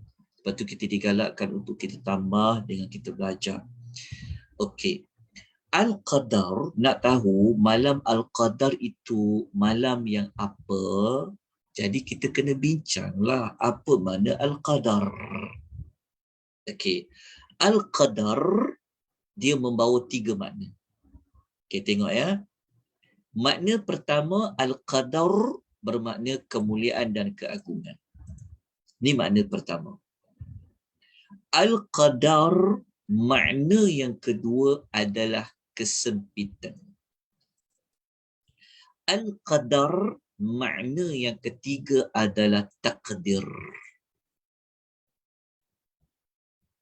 Okey, perkataan Al-Qadar di dalam Quran membawa ketiga-tiga makna. Jadi malam Al-Qadar yang kita bincangkan ini berlakunya 3 perkara ini. Apa tu malam Al-Qadar? Malam yang mulia dan agung. Apa tu malam Al-Qadar? Malam tu malam yang sempit. Apa tu malam Al-Qadar? Malam tu adalah malam takdir. Macam mana kita boleh dapat ketiga-tiga maklumat ini? Jawapannya kita kena ambillah perkataan Al-Qadar. Ya, perkataan Al-Qadar kan? Okay, kita tengok pengertian yang pertama. Okey, pengertian yang pertama. Okey. Al-Qadar itu sendiri dari budaya orang Arab, mereka kalau nak puji orang tu bagus, mulia, mereka akan gunakan perkataan qadar. Tengok contoh ayat. Okey, mereka mengatakan fulanun zu qadarin. Dia kata fulanun zu qadrin. Dia kata apa? Si fulan ni, dia kata fulan ini zu qadar. Fulan ni memiliki keagungan. Itu dari sudut tata bahasa orang sebut qadar ni dia akan kaitkan dengan kemuliaan. Kalau nak lebih jelas lagi, cuba kita tengok suratul Al-An'am ayat 91. Cuba tak perkataan qadar. Cuba tak perkataan qadar. Sama tak perkataan qadar? Qaf dar ra qadar. Nampak tak? Wa ma qadar, wa ma qadar, wa ma qadarullah haqqa qadri. Cuba perkataan qadar kan? Samalah qadar. Tapi qadar dalam ayat ni maksudnya apa? Tengok. Mereka tidak mengagungkan, tidak mengkadarkan. Maksud dia. Mereka tidak mengkadarkan Allah. Maknanya mereka tidak mengagungkan Allah. Haqqa qadrih, sesuai dengan keagungan Allah yang sepatutnya. Pengagungan. Okay. Nampak tak penggunaan perkataan qadar? Jadi, penggunaan perkataan qadar di dalam Quran digunakan dalam konteks untuk pengagungan. Contoh ayat yang kita sedang tunjukkan. Okey, jelas. Ini bermakna berdasarkan ayat yang kita paparkan ini, maka dia jadilah maklumat ni. Keluarlah maklumat ni. Apa makna Al-Qadar? Makna Al-Qadar yang pertama adalah kemuliaan dan keagungan. Okey, jelas. Kemuliaan dan keagungan. Okey. Apa makna al-qadar yang kedua? Makna al-qadar yang kedua adalah sempit. Kenapa kita kata al-qadar itu sempit? Malam yang sempit. Okey, kita tengok dulu dalil dia. Okey, ini saya tinggalkan dulu. Kita tengok dalil dia, lepas tu kita akan tunjuk bukti. Ketiga-tiga penerangan tuan-puan ya. Ni. Kalau orang tanya kan, malam al-qadar tu apa? Oh, malam al-qadar tu malam yang mulia. Malam al-qadar tu malam yang sempit. Malam al-qadar tu malam takdir. Okey, kalau orang nak minta kita kalau orang minta kita justifikasi, kenapa kau boleh kata malam al-qadar tu malam yang mulia, malam yang agung? Kita bagi dalil ni. Surah Al-An'am ayat 1. Kalau dia kata pula, kenapa malam al-qadar tu kau kata malam tu malam yang sempit? Kita ambil dalil ni. Kita ambil dalil ni. Jumpa tak pengertian kedua al-qadar? Sempit kan? Okey, ada dalil dia. Okey, cuba tengok. Suratul Talaq ayat 7. Tengok Suratul Talaq ayat nombor 7. Cuba tak perkataan qadar dekat situ. Saya bulatkan. Cuba kan? Perkataan qadar. Sama tak baca surah Al-An'am tadi? Qadar kan? Kat sini bunyi kudir lah. Tengok ya, Tuhan kata, wa man qudira, wa man qudira, wa man qudir, qudir. Sama tak perkataan qadar? Samalah. Tapi dekat konteks ayat Suratul Talaq ayat 7 ni, perkataan qadar dekat sini bukan lagi maksud agung, tapi membawa maksud lain. Apa maksud dia? Sempit. Sempit. Sempit apa? Tengok Tuhan kata dalam konteks ayat ni. وَمَنْ قُدِرَ عَلَيْهِ رِزْقُهُ rezeki. Kata sesiapa yang disempitkan rezekinya. Jadi perkataan qadar pada ayat 7 ini konteksnya nak menerangkan tentang siapa yang Allah sempitkan rezekinya. Jadi apabila penggunaan qadar dalam makna lain disempitkan, oleh kerana itulah kita katakan tadi malam al-qadar adalah malam yang sempit. Jelas tak? Maksudnya kalau orang minta justifikasi, pertama orang minta justifikasi. Kenapa kita katakan malam al-qadar tu malam yang sempit? Kita gunakan ayat dalam suratul Talaq tadi. Lepas tu kalaulah orang kata, saya nak bukti malam tu sempit. Apa bukti kau malam tu sempit? Kita akan gunakan suratul qadar juga. Nanti kita akan tunjukkan. Tapi kita belajar dulu penggunaan perkataan qadar di dalam Quran. Okey, dah jelas? Okey. Sekarang kita pergi penggunaan perkataan qadar yang ketiga. Tadi saya kata apa? Takdir kan? Takdir kan? Okey, jom. Kita tengok penggunaan perkataan al-qadar yang ketiga. Pengertian yang ketiga adalah tentang takdir. Takdir itu apa? Ketentuan. Mudah nak faham dan kita belajar dekat sekolah kan. Takdir dalam rukun iman dikatakan apa? Istilah Arab dia. Istilah Arab dia apa dia? Takdir. Qada dan qadar juga. Qada dan qadar. Kan kita selalu guna dalam bahasa kita kadar sekadarnya, sekadar. Maksudnya kita ambil bahasa Arab, sepatutnya kita tak boleh sebut sekadar kaf, kita kena sebut sekadar. Okey, tak apa. Diselingan saja. Okey, takdir. Nak bukti dia? Okey. Guna semula surah Dukhan yang saya minta rujuk tadi tu. Surah Dukhan, kita akan jumpa pasal takdir. Tapi dalam ayat ni tak ada lah perkataan qadar. Tapi dari sudut maksud ada. Okay, tengok surah Dukhan ayat 3 dan 4. Perhatikan baik-baik. Kena baca ayat 3 dulu. Baru dapat ayat 4. Okey, Tuhan kata inna anzalnahu fi lailatin mubarakah. Ini pasal apa ayat pertama ni? Pasal turun Quran kan pada malam yang berkat. Okey, ni kita telah ulas tadi. Lepas tu malam tu apa? Inna kunna munzirin. Kerana sesungguhnya kamilah yang memberikan peringatan. Okey, jadi ayat 3 ni sama tak dengan ayat pertama suratul Qadar? Kita kata sama. Maknanya perbincangannya sama. Lepas tu ayat 4, Tuhan kata apa? Fiha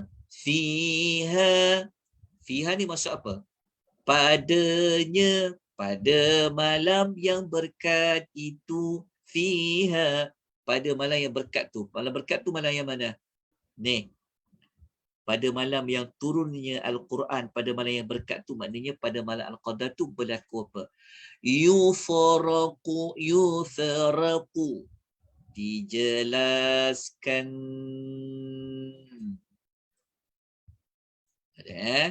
Fiha, pada malam yang berkat itu, yufaraku, dijelaskan, diperincikan, kullu, setiap, amrin, perkara, hakimin, yang mengandungi hikmah.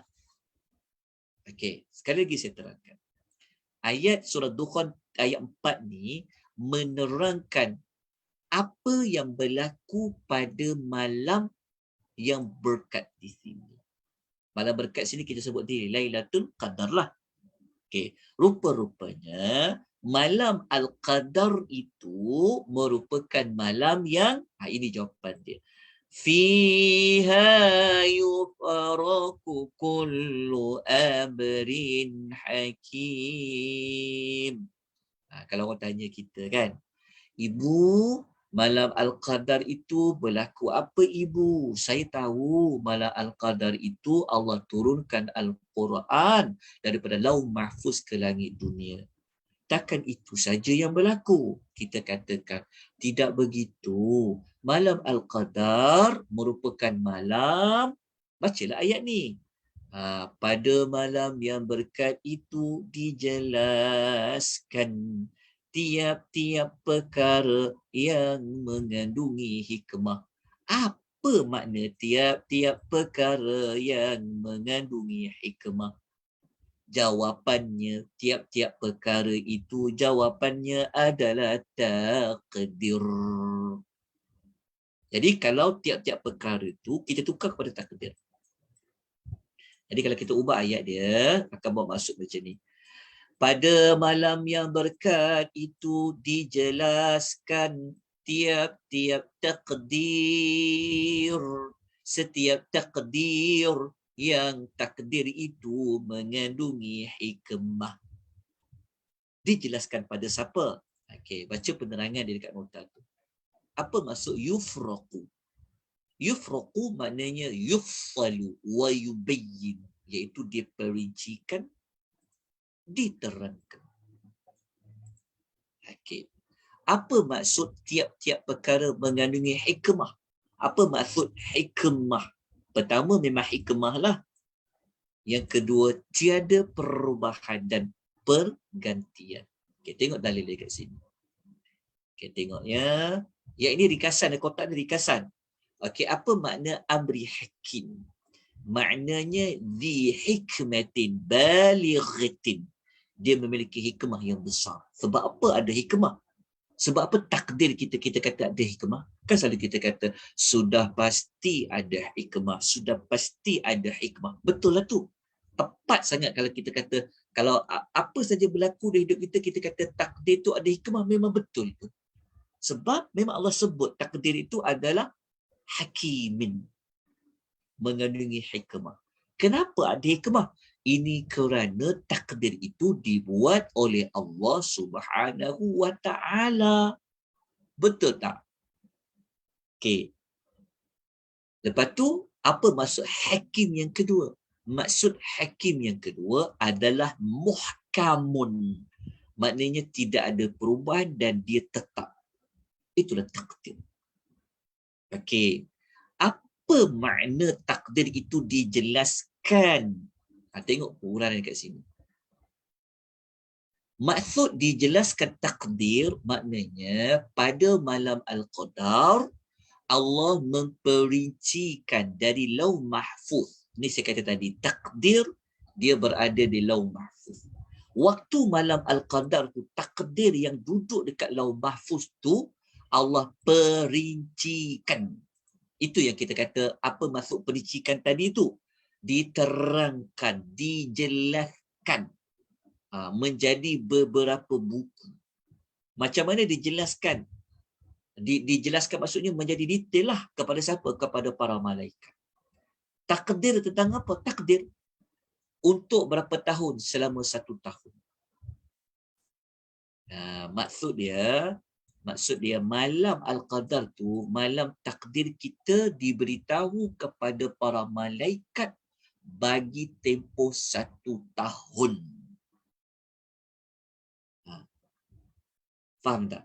Malam Al-Qadar tu malam Allah bagi tahu kepada malaikat takdir si fulan ini untuk tempoh 1 tahun. Mula malam Al-Qadar tahun ini sampai malam Al-Qadar tahun depan. Takdir dia apa? Ajal dia ada tak dalam tempoh tu? Rezeki dia, sakit dia, sihat dia, apa yang berlaku kepada dia dalam tempoh 1 tahun daripada tahun Ramadan tahun ini sampai malam Al-Qadar tahun depan. Tahun depan bagi pula takdir yang lain diperincikan. Nak jelas lagi, baca Al-Imam Syinqiti kata apa lagi. Ini kita tafsir. Sesungguhnya Allah Tabaraka wa Ta'ala pada setiap malam Al-Qadar setiap tahun dia akan menjelaskan tu yang yufraqu tadi kepada para malaikat dan menulis untuk mereka secara terperinci dan jelas tentang semua yang terjadi pada tahun itu sampai malam Al-Qadar bagi tahun yang berikutnya. Pada malam itu Allah jelaskan ajal, rezeki, kemiskinan, kekayaan, kesuburan, kesihatan, kesakitan, peperangan, gempa dan semua yang terjadi pada itu sebagaimana yang telah Allah tetapkan. Di mana ditetapkan no? Di Lauh Mahfuz. Allah dia yang tahu. Yang berlaku kepada kita tempoh, contohlah kan, untuk tempoh 100 tahun. Allah tahu. Tapi yang akan menjalankan takdir itu malaikat. Tapi malaikat dia takkan tahu kalau Allah tak bagi tahu. Maka macam mana Allah bagi tahu kepada mereka bila diperincikan pada setiap malam Al-Qadar. Kita baca dalam tafsir Sa'di pun kata macam tu juga. Disebutkan malam Al-Qadar kerana kemuliaan malam itu dan keutamaan di sisi Allah, kerana pada malam itu Allah menentukan ajal, rezeki dan ketentuan takdir selama 1 tahun.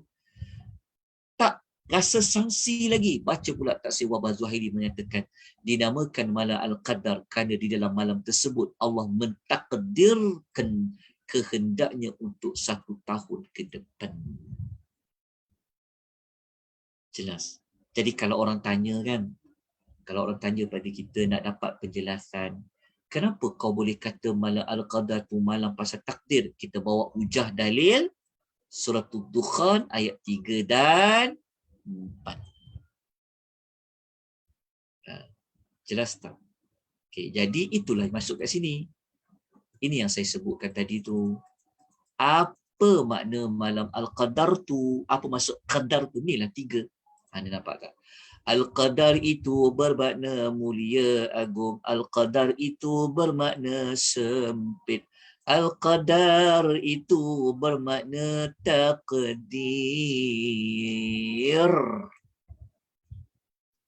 Okay, dapat 3-3. Maknanya malam Al-Qadar tu bukan sekadar kita nak fokus yang ini. Tapi malam Al-Qadar itu berlaku ini dan berlaku ini. Jelas tuan perempuan? Ada apa nak tanya? Boleh ikut tak? Laju sangat tak saya terang?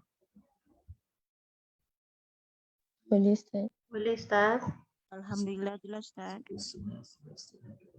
Oh, kita dekat 2 jam dah ni. Okey, tuan-tuan tak apa ke tak makan ni ke tuan-tuan puasa ni? Puasa Ustaz. Puasa ganti. Sunat alhamdulillah. Putih. Okey. Jelas Okey.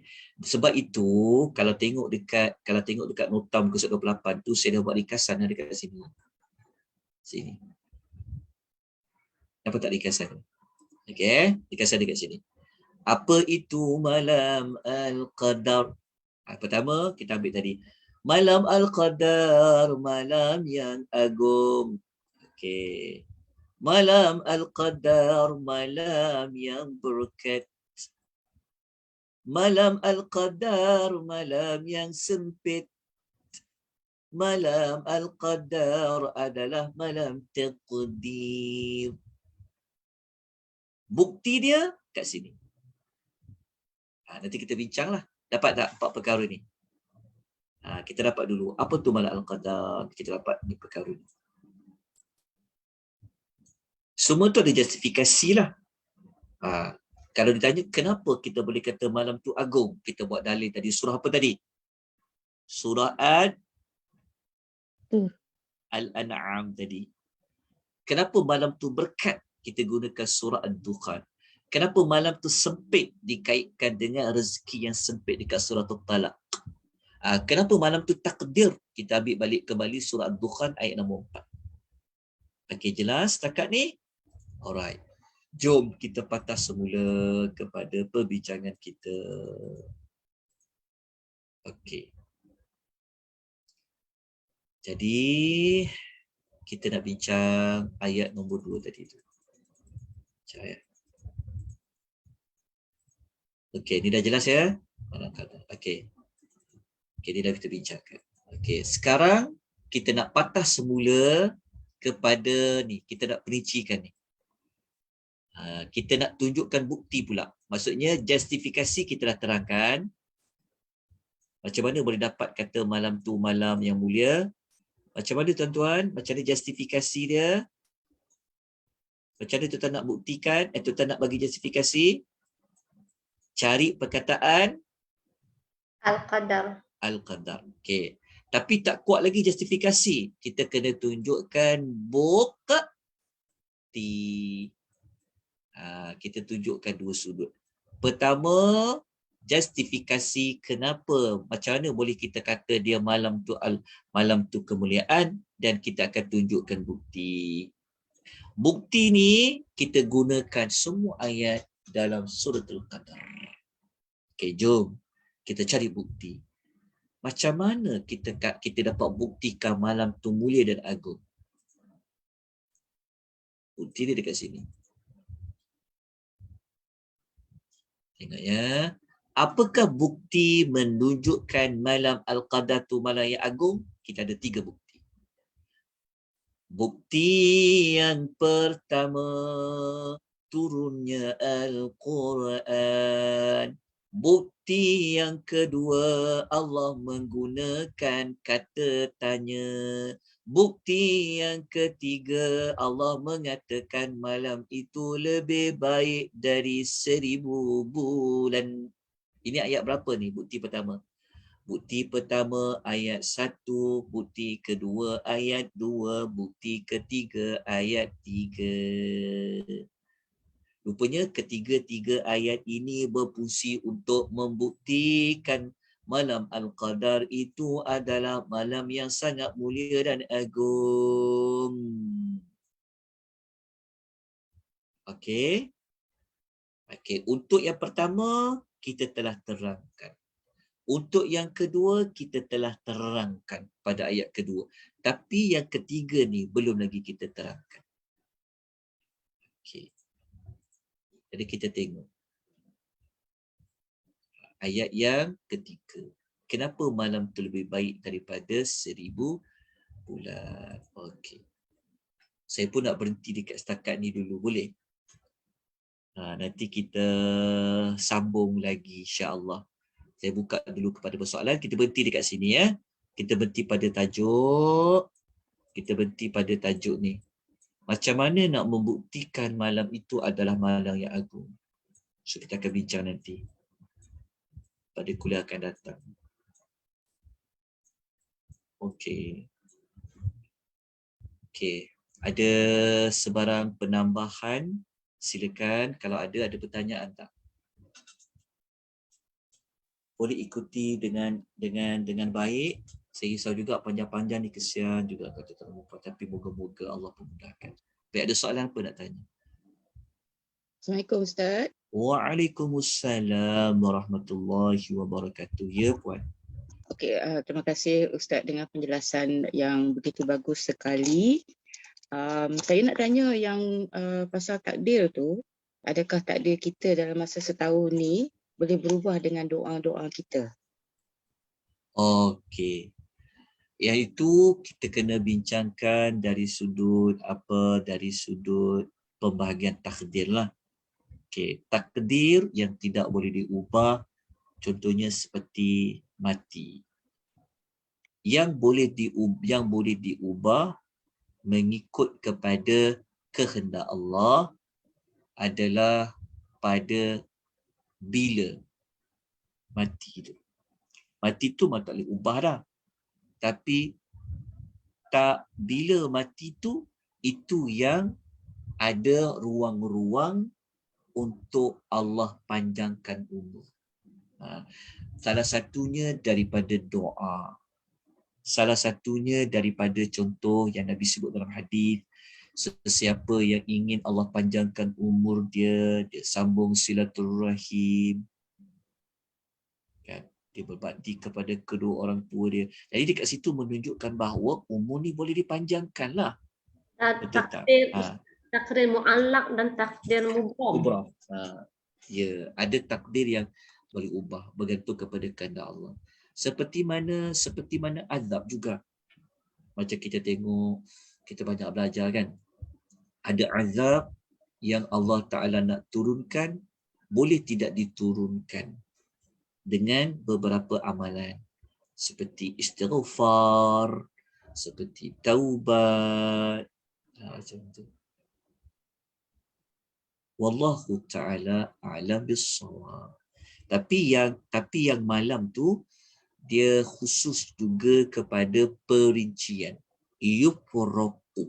Maknanya malaikat hanya menjalankan apa yang diperincikan. Kalau Allah kata ada pindaan ubah, Allah boleh buat. Kerana apa?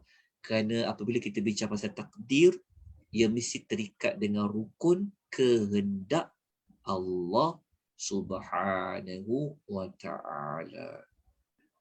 Wallahu ta'ala a'lam. Kerana Allah je yang boleh memadamnya. Jika Allah nak memadamnya. Ada dalam ayat Quran tu. Yamhullah. Okay. Itu soalannya. Kejap ya, bagi saya sikit.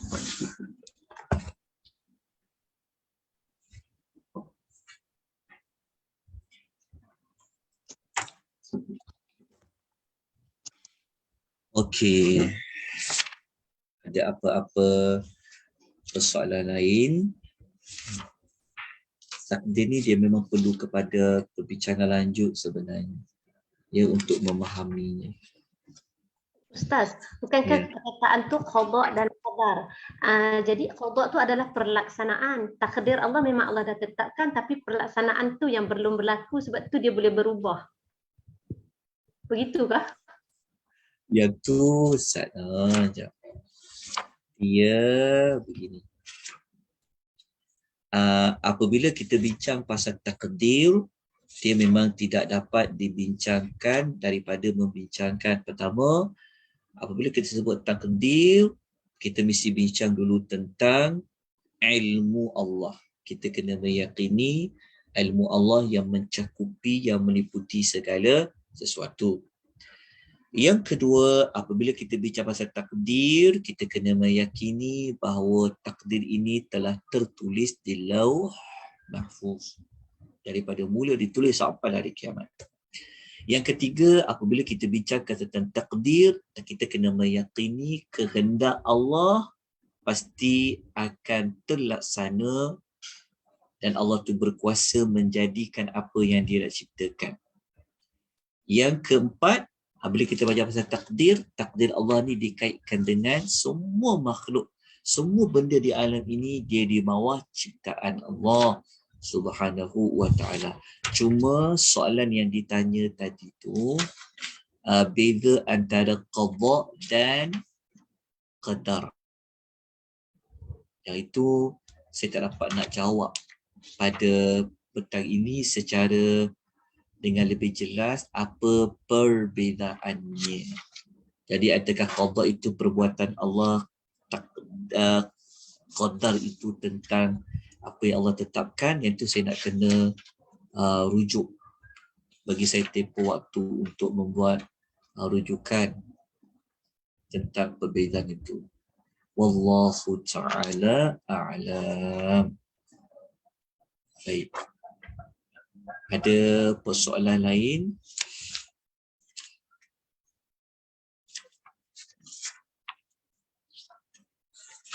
Sebab takdir ni memang di antara perkara yang payah ya untuk kita singkap je.